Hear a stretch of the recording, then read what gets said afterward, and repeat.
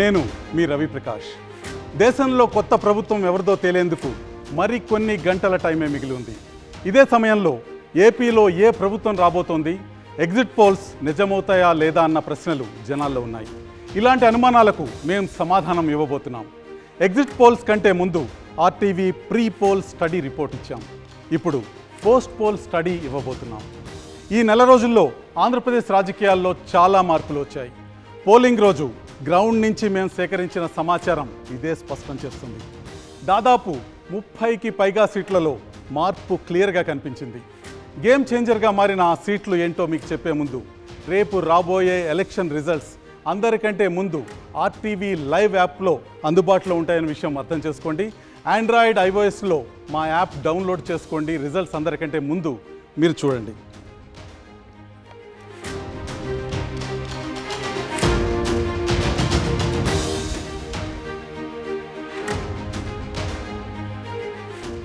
నా right side మీకు AP assembly కనిపిస్తుంది. లెఫ్ట్ సైడ్ ఏపీ మ్యాప్ ఉంది. రేపు ఈ అసెంబ్లీలో అధికార స్థానాల్లో ఎవరు కూర్చోబోతున్నారో కాసేపట్లో మీకు చూపించబోతున్నాను. ఈ ఫైనల్ రిపోర్టుకు ముందు 2 రోజుల కిందట వచ్చిన ఏపీ పోల్ ఆఫ్ పోల్స్ ఇప్పుడు చూద్దాం. వివిధ సర్వే సంస్థలు, ఇతర మీడియా ఆర్గనైజేషన్స్ చేసిన పోల్ ఆఫ్ పోల్స్లో టీడీపీ కూటమికి 117, అధికార వైసీపీకి 58 స్థానాలు వస్తాయని తేలింది. వివిధ జాతీయ, రాష్ట్ర సర్వే సంస్థలు ఇచ్చిన ఎగ్జిట్ పోల్స్ని యావరేజ్ చేసి చూపిస్తున్న నెంబర్లు ఇవి. పోలింగ్కి ముందు మా ఆర్టీవీ స్టడీలో ఇచ్చిన అంచనాకి చాలా దగ్గరగా పోల్ ఆఫ్ పోల్స్ కనిపించాయి. మరి పోలింగ్ రోజు ఏం మారింది? మా పోస్ట్ పోల్ స్టడీలో ఏం తేలింది? ఏ స్థానాల్లో ఫలితాలు తారుమారవుతాయో ఇప్పుడు చూద్దాం. ఒకసారి ఆర్టీవీ ప్రీ పోల్ స్టడీ చూద్దాం. ఎన్నికల ముందు ఆర్టీవీ నిర్వహించిన స్టడీలో మొత్తం 175 అసెంబ్లీ నియోజకవర్గాల్లో టీడీపీకి 95, జనసేనకు 13, బీజేపీకి 3 సీట్లు వస్తాయని తేలింది. వైసీపీ 63 స్థానాల్లో విజయం సాధిస్తుందని, కాంగ్రెస్ 1 స్థానంతో పరిమితం అవుతుందని మా ప్రీ పోల్ స్టడీలో తేలింది. ప్రీ పోల్ స్టడీ నెంబర్లు ఇక్కడ ఉన్నాయి. Telugu Desam party 95 స్థానాల్లోనూ, Telugu Desam party మిత్రపక్షం Janasena 13 స్థానాల్లోనూ, Bharatiya Janata party 3 స్థానాల్లో విజయకేతనం ఎగరవేస్తాయని, మొత్తం కూటమి 111 స్థానాల్లో విజయం సాధిస్తుందన్న విషయం ప్రీ పోల్ స్టడీలో తేలింది. కాంగ్రెస్ పార్టీ బోణి కొట్టబోతుంది, 1 సీట్లో విజయం సాధించబోతుందని, వైఎస్ఆర్ కాంగ్రెస్ పార్టీ 63 స్థానాల్లో విజయం సాధించబోతుందని ప్రీ పోల్ స్టడీలో తేలింది. మరి ఎలక్షన్ రోజు, ఎన్నిక రోజు ఎటువంటి మార్పుల్ని ఆర్టీవీ స్టడీ చేసింది, ఆర్టీవీ అబ్జర్వ్ చేసింది? నెల్లూరు జిల్లాలో 10 స్థానాలు ఉన్నాయి. 10 స్థానాల్ని వైసీపీ, టీడీపీ సమానంగా పంచుకుంటున్న పరిస్థితి మనకు కనిపిస్తుంది. కావలిలో రామిరెడ్డి ప్రతాప్ కుమార్ రెడ్డి వైసీపీని గెలిపిస్తున్నారు. ఆత్మకూరులో మేకపాటి విక్రమరెడ్డి వైసీపీని గెలిపిస్తున్నారు. కోవూరులో వేమిరెడ్డి ప్రశాంత్ రెడ్డి టీడీపీని గెలిపిస్తున్నారు. నారాయణ నెల్లూరు సిటీని టీడీపీ వశం చేస్తున్నారు. నెల్లూరు రూరల్లో ఆదాల ప్రభాకర్ రెడ్డి వైసీపీని విజయపదం వైపు నడిపిస్తున్నారు.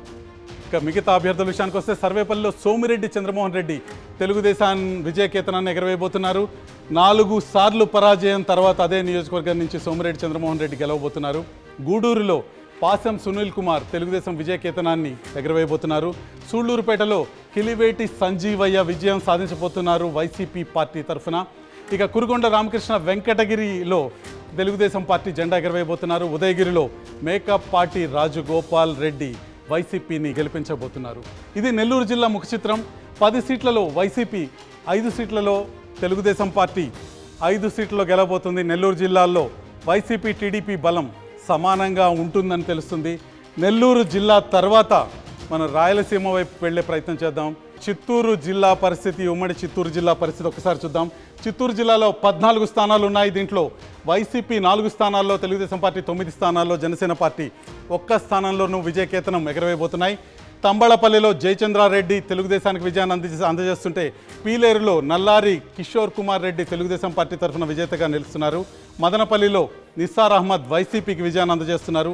పుంగనూరులో పెద్దిరెడ్డి రామచంద్రారెడ్డి వైసీపీ విజయకేతనాన్ని ఎగరవేస్తున్నారు. చంద్రగిరిలో పులివర్తి నాని తెలుగుదేశం పార్టీ తరఫున విజేతగా నిలుస్తుంటే, తిరుపతిలో అరణి శ్రీనివాసులు జనసేన పార్టీని గెలిపిస్తున్నారు. ఇక శ్రీకాళహస్తిలో బొజ్జల సుధీర్ రెడ్డి తెలుగుదేశం పార్టీని విజయం వైపుకి నడిపిస్తున్నారు. సత్యవేడ్లో నూకతోటి రాజేష్ వైసీపీని గెలిపిస్తుంటే, నగరిలో గాలి భానుప్రకాష్ తెలుగుదేశం పార్టీని విజయం వైపు నడిపిస్తున్నారు. కృపాలక్ష్మి గంగాధర నెల్లూరులో వైసీపీకి విజయాన్ని అందజేస్తుంటే, చిత్తూరులో గురజాల జగన్మోహన్ తెలుగుదేశం పార్టీని గెలిపిస్తున్నారు. పూతలపట్టులో మురళీమోహన్ తెలుగుదేశం పార్టీకి విజయాన్ని అందజేస్తుంటే పలమనేరులో అమర్నాథ్ రెడ్డి తెలుగుదేశం పార్టీ తరఫున విజేతగా నిలుస్తున్నారు. కుప్పంలో తెలుగుదేశం పార్టీ అధినేత చంద్రబాబు నాయుడు విజయం సాధించబోతున్నారని మనకు తెలుస్తుంది. చిత్తూరులో ఉన్న మొత్తం 14 నియోజకవర్గాల్లో వైసీపీ 4 నియోజకవర్గాల్లో, తెలుగుదేశం 9 నియోజకవర్గాల్లో, జనసేన 1 నియోజకవర్గంలో విజయం సాధిస్తున్న విషయం మనకు కనిపిస్తుంది. చిత్తూరు పరిస్థితి ఎన్నికల ముందుకి, ఎన్నికల సమయానికి బాగా మారిన విషయం కూడా మనకి చాలా స్పష్టంగా కనిపిస్తుంది. చిత్తూరుపై తెలుగుదేశం పార్టీ ఆధిపత్యం మనకి ఈరోజు చాలా స్పష్టంగా కనిపిస్తుంది. టీడీపీ 99 స్థానాల్లో గెలుస్తుందని తేలింది. జనసేన 18, బీజేపీ 3 చోట్ల విజయకేతనం ఎగరవేయబోతున్నాయి. ఇక వైసీపీ 53 స్థానాలకే పరిమితం అవుతుందన్న విషయం కూడా పోస్ట్ పోల్ స్టడీలో అర్థమవుతుంది. ఏపీలో ఉనికి కోల్పోయిన కాంగ్రెస్ పార్టీ ఈసారి 2 స్థానాల్లో గెలుస్తుందని మా పోస్ట్ పోల్ స్టడీలో తేలింది. ఓవరాల్గా తెలుగుదేశం కూటమి 120 సీట్లు దక్కించుకోబోతుంది. ఇక్కడ జగన్మోహన్ రెడ్డి ఉన్నారు, వైసీపీ అధినేత, ఆంధ్రప్రదేశ్ రాష్ట్ర ముఖ్యమంత్రి. ఆయన 53 సీట్లు గెలుచుకోబోతున్నారు ఆంధ్రప్రదేశ్లో. ఇప్పుడు జరుగుతున్న ఎన్నికల్లో తెలుస్తుంది. ఇటువైపు చంద్రబాబు నాయుడు కూటమి సభ్యులు ఉన్నారు, వారు 120 సీట్లలో విజయం సాధించబోతున్నారన్న విషయం అర్థమవుతుంది. చంద్రబాబు నాయుడు కూటమి 120 స్థానాల్లో విజయం సాధించబోతుండగా కాంగ్రెస్ పార్టీ తరఫున షర్మిల అధ్యక్షురాలుగా కాంగ్రెస్ పార్టీ ఖాతా తెరవబోతుంది. 2 స్థానాల్లో కాంగ్రెస్ పార్టీ 2 అసెంబ్లీ సెగ్మెంట్లలో విజయం సాధించబోతుందని మా పోస్ట్ పోల్ స్టడీ తెలియజేస్తుంది.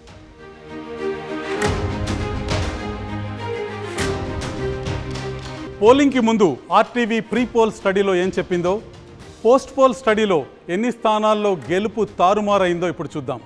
ప్రీ పోల్ స్టడీలో టీడీపీ 95 స్థానాల్లోనూ, జనసేన 13 స్థానాల్లోనూ, బీజేపీ 3 చోట్ల గెలుస్తాయని తేలింది. వైసీపీ 63 స్థానాల్లో, కాంగ్రెస్ 1 చోట గెలుస్తుందని చెప్పాం. ఇక పోస్ట్ పోల్ స్టడీలో టీడీపీ 99, జనసేన 18, బీజేపీ 3 సీట్లు గెలుస్తాయని తేలింది. వైసీపీ 53 స్థానాలకు పరిమితం కాగా కాంగ్రెస్ 2 స్థానాల్లో గెలుస్తుందన్న విషయం స్పష్టమైంది. అంటే టీడీపీకి 4, జనసేనకి 5, కాంగ్రెస్కు 1 స్థానం పెరిగినట్టు కనిపిస్తుంది. ఇక్కడ పోస్ట్ పోల్ ప్రీ పోల్ స్టడీల మధ్య తేడాని మనం స్పష్టంగా చూడొచ్చు. కూటమి 111 స్థానాల్లో విజయం సాధిస్తుందని మేము ప్రీ పోల్ స్టడీలో చెప్పాము. తెలుగుదేశం పార్టీ 95 స్థానాల్లో గెలుస్తుంది, వైసీపీ 63 స్థానాల్లో గెలుస్తుందని. ఇక్కడ పోస్ట్ పోల్ స్టడీలో ఈ అంకెలు, ఈ సంఖ్యలు కాస్త మారాయి. టీడీపీ 99 స్థానాల్లో గెలుస్తుందని పోస్ట్ పోల్ స్టడీలో తేలగా వైసీపీ బలం 53 స్థానాలకు తగ్గిందని పోస్ట్ పోల్ స్టడీలో తేలింది. కాంగ్రెస్కున్న 1 స్థానం బలం ప్రీ పోల్ స్టడీ నుంచి పోస్ట్ పోల్ స్టడీకి 2 స్థానాలుగా మారింది. జనసేన 13 స్థానాల నుంచి 18 స్థానాలకి విజేతగా మారింది. 18 స్థానాల్లో జనసేన విజయకేతనం ఎగరవేస్తుందని తెలుస్తుంది. మొత్తానికి కూటమి 120 స్థానాలని కైవసం చేసుకుంటుందని మా పోస్ట్ పోల్ స్టడీ సినేరియో 1లో తెలుస్తుంది.